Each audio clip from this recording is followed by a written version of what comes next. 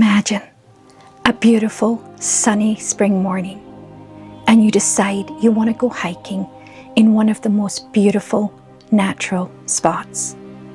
The only sounds are the wind and your footsteps echoing through the narrow canyon. You feel completely free. Then in less than a second, you become trapped by a fallen boulder. You scream. You pull with everything you've got, but the rock won't move. Your phone doesn't work. No one knows where you are, and the nearest person could be miles away. At first, you think someone will find you, but as the hours pass, you begin to realize something very terrifying. You may never leave this canyon alive. This is the incredible true story of Aaron Ralston. Hi, I'm Devorah, and welcome back to the channel, where we uncover unbelievable true stories that sound like fiction. But every single one of them really happened. If you enjoy incredible survival stories, remarkable moments in history, and unbelievable true events, don't forget to like this video and subscribe to the channel. I'm really having a lot of fun getting into these stories and researching them.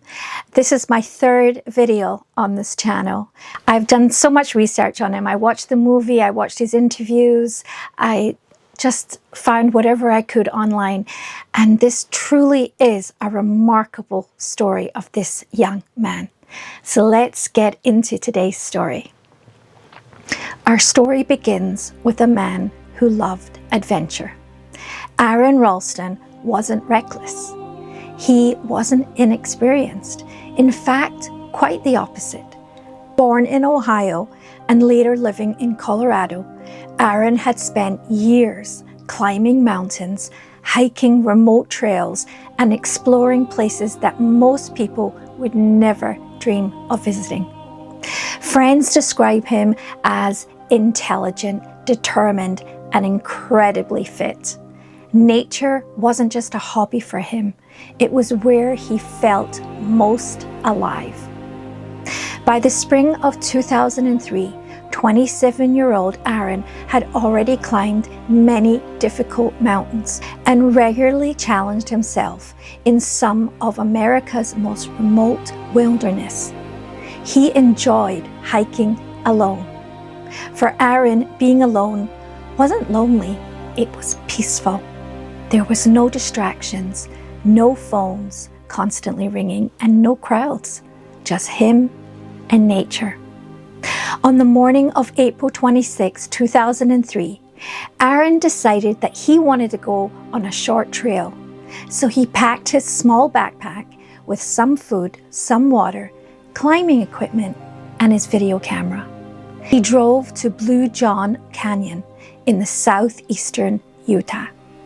Instead of wide open paths, it's made up of incredibly narrow slot canyons. In some places, the rock walls are so close together that only one person can squeeze through them at a time. The sandstone twists and curves into breathtaking shapes carved by thousands of years of wind and water. Looks breathtaking. I can see why Aaron wanted to explore there. But it's also incredibly dangerous. One wrong move, and there may be nobody nearby to help you. Aaron had explored canyons like this before. He knew the risks, or at least he thought he did. There was one decision he made that morning that would almost cost him his life.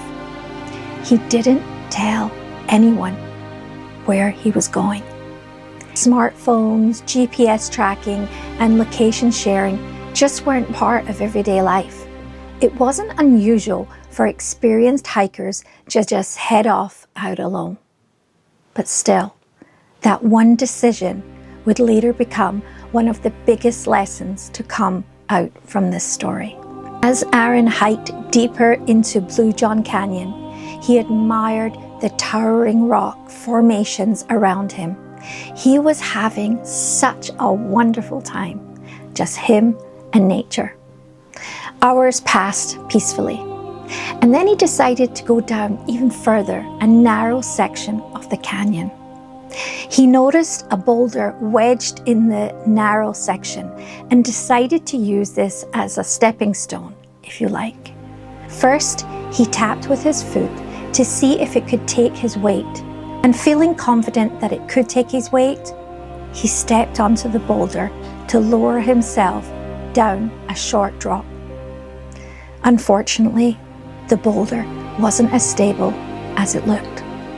The massive rock suddenly broke loose. It crashed downwards with an enormous force. Aaron tried to pull away, but he wasn't fast enough. The boulder slammed his right forearm against the canyon wall. The impact was instant. His arm was completely trapped. It wasn't just resting on his arm. It had wedged itself tightly between the canyon walls. Aaron immediately reacted. He pulled, nothing. He twisted, nothing. He pushed with every bit of strength he had, nothing. His heart was racing. His breathing became faster. Surely there had to be a way out. He grabbed at the rock again. He kicked against the canyon wall. He strained every muscle in his body. The boulder did not move, even a fraction. Slowly, reality began to sink in. He wasn't simply stuck. He was trapped, completely trapped. At first, Aaron stayed surprisingly calm. He believed this was just another problem to solve. He was very resourceful. He carried climbing gear, he had tools. Surely he could free himself. But as the minutes turned into hours, hope slowly began slipping away. That terrifying truth finally hit him. No one even knew where he was. He could scream as loudly as he wanted, but there was nobody there to hear him. For the first few hours, Aaron refused to believe this was the end. There had to be a way out.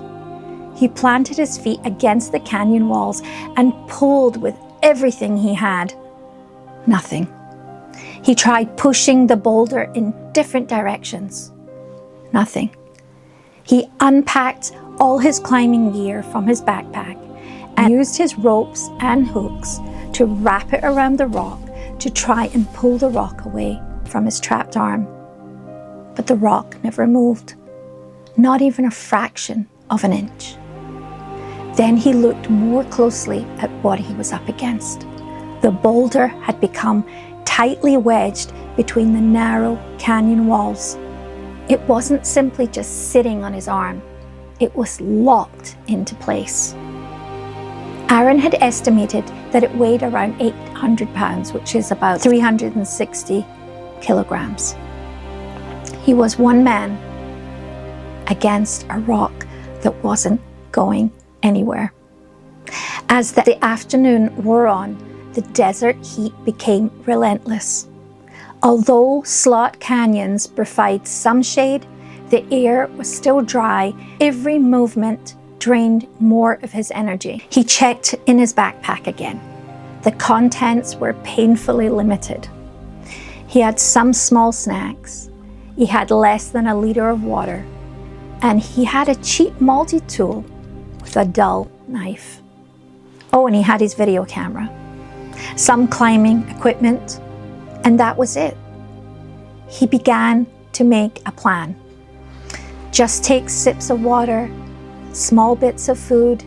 He had no idea how long he would need to survive. As daylight faded, the canyon became eerily quiet. The temperature dropped dramatically. The first night for him was bitterly cold. Aaron couldn't sleep. Every position was uncomfortable. His trapped arm throbbed with pain. He kept hoping he would hear another hiker. A voice, footsteps, anything, but the silence was overwhelming. Morning came. Still no one. Aaron continued trying to free himself. He chipped away at the boulder using the small tool he had, hoping to break pieces away, but the sandstone was far too strong.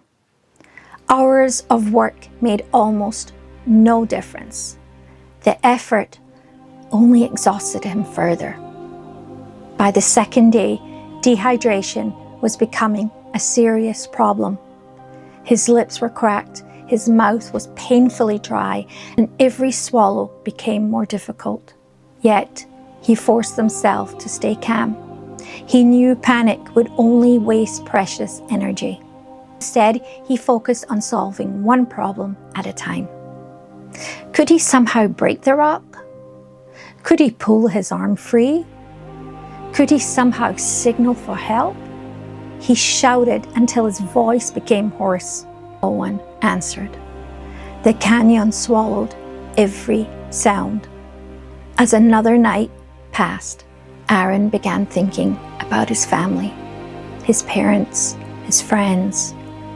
Would they eventually realize he was missing?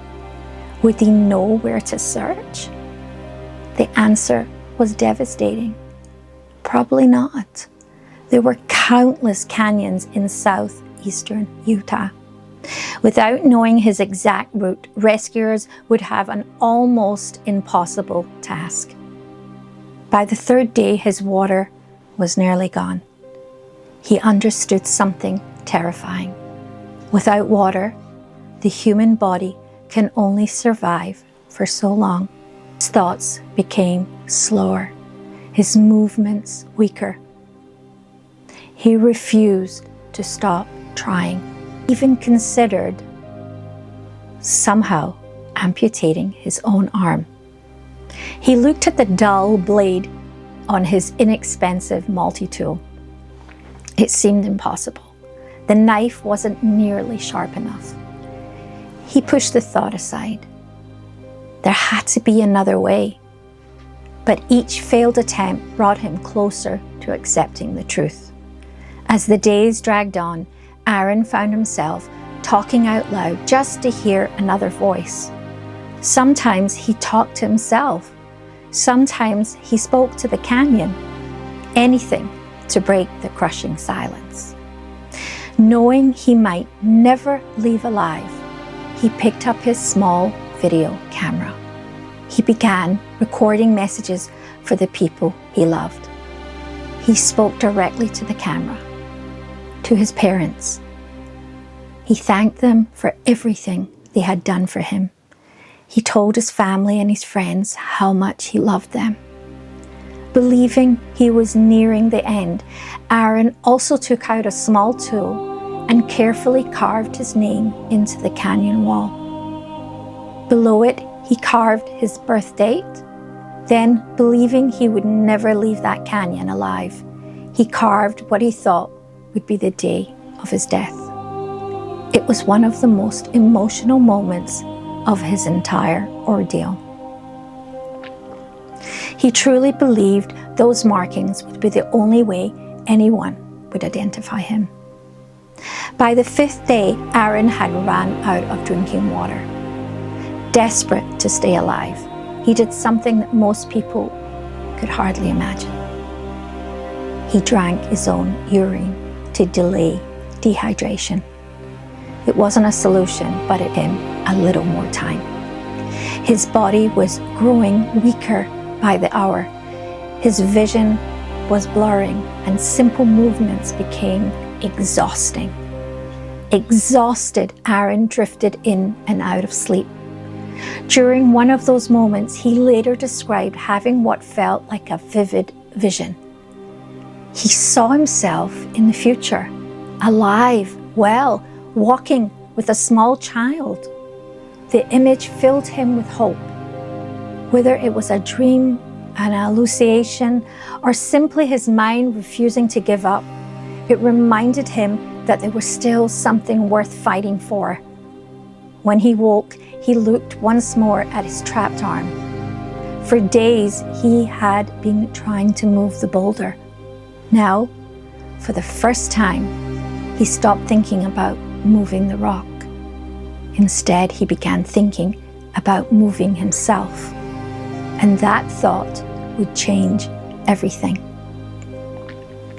For nearly 5 days, Aaron had focused on one thing: moving the boulder. Now, for the first time, he asked himself a different question. What if the rock wasn't going to move? But he could. He looked at his trapped arm. By now, it had been pinned for so long that much of the tissue below the boulder were no longer functioning. Then he noticed something.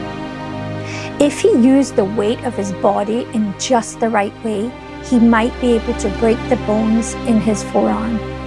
It was a horrifying thought, but it was also the first real chance he'd had to survive. Summoning every ounce of strength he had left, Aaron positioned himself carefully. And with one determined movement, he managed to break the 2 bones in his forearm. It was the breakthrough he had been praying for. Now came the hardest part. Using the small knife that he carried in his backpack, Aaron freed himself from his trapped arm. It was an act of extraordinary courage and determination, one that very few people could even imagine facing. After nearly 127 hours trapped inside Bluejohn Canyon, he was finally free. But his ordeal was far from over. He was dehydrated, exhausted, and injured. Aaron still had to get himself to safety. There was no rescue team waiting for him, no ambulance, and no easy way out. He still had to save himself. Gathering what little strength he had left, Aaron climbed out of the narrow canyon. Then he faced another obstacle, a drop of around 65 feet. Using his climbing equipment that he had, he carefully rappelled down the rock using his only one arm. It was an incredible feat in his condition. Once he reached the bottom, he began walking, one step at a time, across the hot Utah desert. He estimated he walked several miles despite losing a significant amount of blood. Most people would have just collapsed, but Aaron kept moving. Then just when his strength was almost gone, he saw something. People, a family of hikers, were exploring the area. At first, they couldn't believe what they were seeing. A man covered in dust, severely dehydrated, and missing an arm, with blood all over him, was walking towards him. Without hesitation, they rushed to help him, gave him water. They comforted him, and one member of the group quickly went to alert emergency services. Long afterwards, a rescue helicopter arrived. After nearly 6 days trapped in one of the most remote places in America, Aaron was finally safe. News of his survival spread around the world. Doctors were amazed that he had survived. His determination, quick thinking, and refusal to give up saved his life. Recovery wasn't easy. He underwent multiple surgeries and spent months learning how to adapt to life with a prosthetic arm. For many people, such an experience would have ended their love for the outdoors forever. But not Aaron. Once he recovered, he returned to climbing. Incredibly, he achieved one of his greatest goals by climbing all 59 of Colorado's mountains that rise above 14,000 feet. He proved that losing an arm didn't mean losing his passion. In 2004, he wrote his memoir, between a rock and a hard place, sharing the full story in his own words.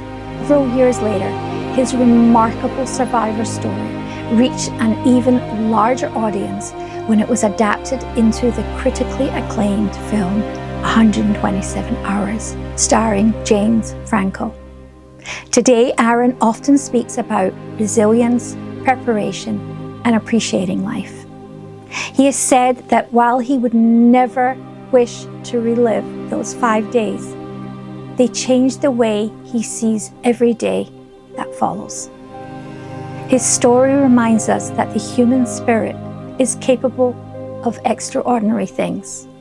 When faced with impossible odds, and when hope seems completely lost, one man refused to give up. And because he kept fighting, he lived to tell his story.